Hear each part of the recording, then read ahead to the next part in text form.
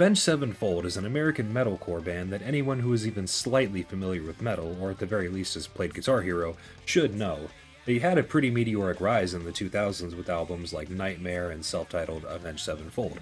And with the new album on the horizon after a very long hiatus, I wanted to talk about what I think is not only their best record, but one of the best metal records of all time.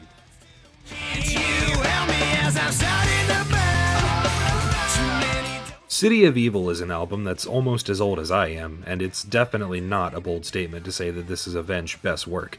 It was received way better than any of their previous records and still continues to be a fan favorite after 18 years.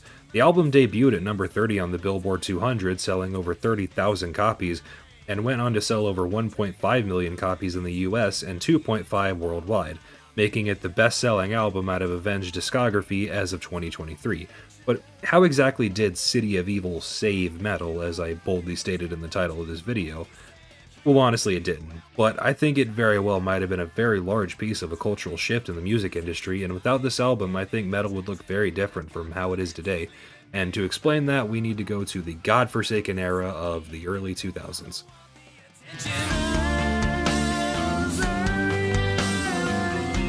2005 was a strange year to say the least. Hurricane Katrina had devastated my home state of Louisiana, YouTube didn't even exist yet, and worst of all, the music sucked.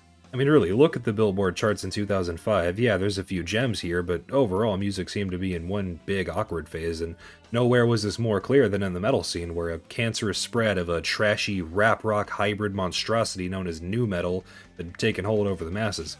Yeah, that's nu metal, spelled N-U for no other reason than to make it impossible to talk about actual nu metal.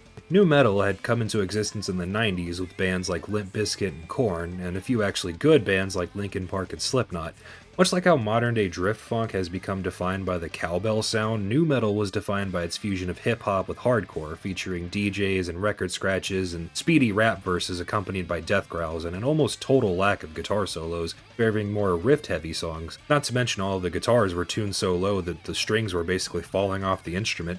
The overall vibe of nu metal seemed to be trying to be as obnoxious as possible, like it was created to make old people's ears bleed, and in that regard, it was very successful. Nu metal had established a cultural dominance over the previous hardcore genres and maintained its mainstream status throughout the 90s and into the 2000s, where it slowed down exponentially into its twilight years, which once again brings us back to 2005.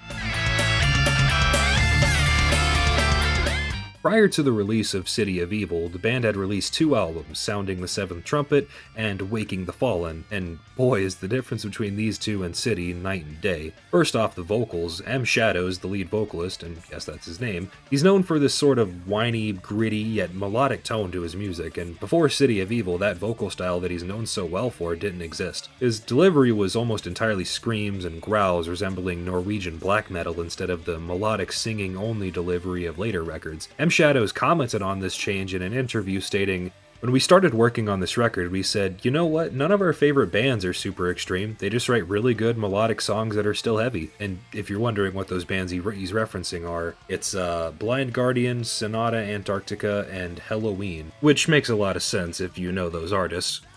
At this point, the entirety of metal was almost completely shadowed by nu metal, and many artists began actually changing their sound to fit the bill. And don't get me wrong, there were plenty of artists that stayed true to their origins and steered clear of nu metal, but because this is a video about Avenged Sevenfold, I'm just going to be talking about them. Supposedly, before the record's creation, Shadows turned to Ron Anderson, a vocal coach that had previously worked with Axl Rose and Chris Cornell. This guy. Shadows was specifically looking to add a more gritty, raspy tone to his voice and worked with Anderson for several months before City of Evil was ever recorded. By the time the album was even recorded, Avenged's vocal style had completely changed. The change resulted in newly established vocal contributions from each band member during live performances and remained prevalent on every record the band has released since 2005. Ron taught me how to have that grit to my voice while still having the tone. He brought all of that to the table and brought that technique to my voice. I've worked with them for about a year and a half now, but I've worked with them for 9 months before the record, said Shadows. I told him that I want my voice to sound different from everybody else, but I want those characteristics to my voice. It was one of those things that we just wanted to go all the way with. Needless to say, the technical skill of the musicians is absolutely insane. The guitar work of Sinister Gates and Zacky Vengeance is particularly impressive, with intricate solos and harmonies that add a lot of depth and complexity to the songs. The album features a very prominent use of double bass drumming by The Rev, who is undeniably the beating heart of the entire album. But enough beating around the bush, let's get into the actual songs on the record.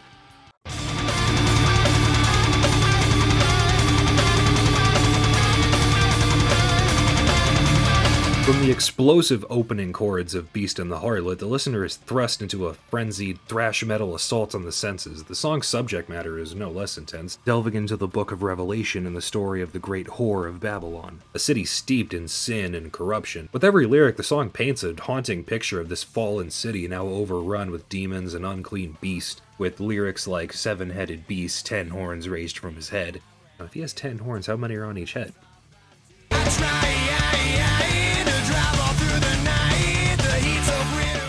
The song Backcountry is undeniably the most popular track on City of Evil, amassing over 188 million plays on Spotify as the creation of this video, which is more than double the plays of Beast and the Harlot at 76 million. The song's title is derived from a scene in the book Fear and Loathing in Las Vegas, and I love the fact that the band just writes about whatever interests them, like ranging from political commentary to biblical references to a book from 1971. Like, it's clear the band just wrote about whatever piqued their interest at the time. That's not to say the album doesn't have cohesion. Themes of religion and control and mortality are in just about every single track on the record. But I digress. In the book, one of the characters experiences a drug-induced hallucination of bats and manta rays in the sky, which inspired the song's name. The final lyrics of Too Weird to Live but Much Too Rare to Die are a nod to the film adaptation where Dr. Gonzo says, There he goes. One of God's own prototypes. A high-powered mutant of some kind never even considered for mass production. Too weird to live, and too rare to die.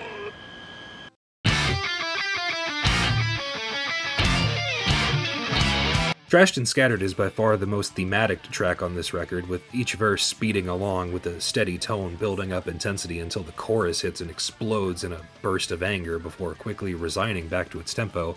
It really does embody the band's motto of being hardcore without being too extreme. Like, there's no screams or anything, it's just a great badass track that says, fuck you, this is what metal is supposed to be. According to some people, the song's lyrics are about the press and lies the mainstream media spread about the band, which definitely makes sense with lyrics like play your game and walk away cause your integrity don't mean shit. Yeah, that definitely sounds like someone that's been dragged on Twitter. And all that intensity is immediately simmered down in the next song, Seize the Day, which is a much less chaotic track that's about valuing what you have before it's gone. It's a surprisingly heartwarming song that you could actually play in front of a boomer without them bursting into flames, unlike this next song. Sidewinder goes so fucking hard. It's legitimately the pinnacle of this record. Seize the Day served as a moment of calm before the storm as the band comes together to deliver this bombastic performance that showcases their musical prowess. The guitars, the drums, the vocals, every member of the band was truly bringing their A-game. The verse begins and drags you kicking and screaming into a ride of intricate sounds, and the electric guitars then fade out and give way to an acoustic guitar breakdown that sounds like it was played by a guy with 4 hands. My god, there's just so much to say about this track. Not much about the lyrics, though. Sidewinder is a kind of poisonous snake. The song describes the snake hunting its prey, starting with the hissing at the beginning of the song. Lyrics are most likely a metaphor for an evil person, someone who will turn on you when it suits their needs. Also, I want to take a moment to talk about M. Shadow's vocal flourishes that are all over this record. Like, there's so many moments where it's clear he's just showing off everything that he learned from Ron Anderson, and I love that.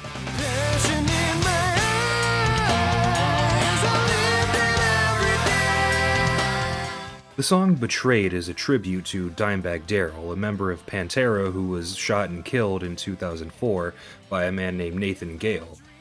Gale was under the impression that Pantera split up because of Dimebag Darrell and was quite upset by that. I don't want to dwell on this song for too long because it's just plain and simple a tragedy. Rest in peace, Dimebag. MIA, the closing track on this record, serves as a tribute to soldiers who've lost their lives in conflict, and it might be the saddest thing I've experienced since Mufasa's death in The Lion King. Walk the city lonely, memories that are passing by. A murderer walks your streets tonight. Forgive me for my crimes. Don't forget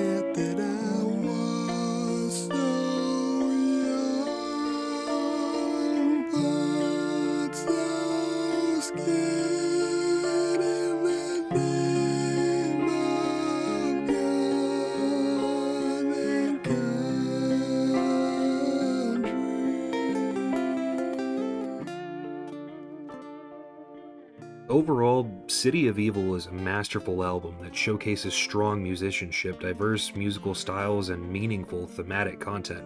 Avenged Sevenfold successfully pushed their musical boundaries while simultaneously staying true to their metalcore roots. In the coming years, metalcore would continue to evolve and splinter off into its own subgenres, which would only grow and change from there. And I like to think that through all of it, this album was a very big piece of how far metal has come in the past few decades. And with that, I'm going to end this video here. I hope you've enjoyed.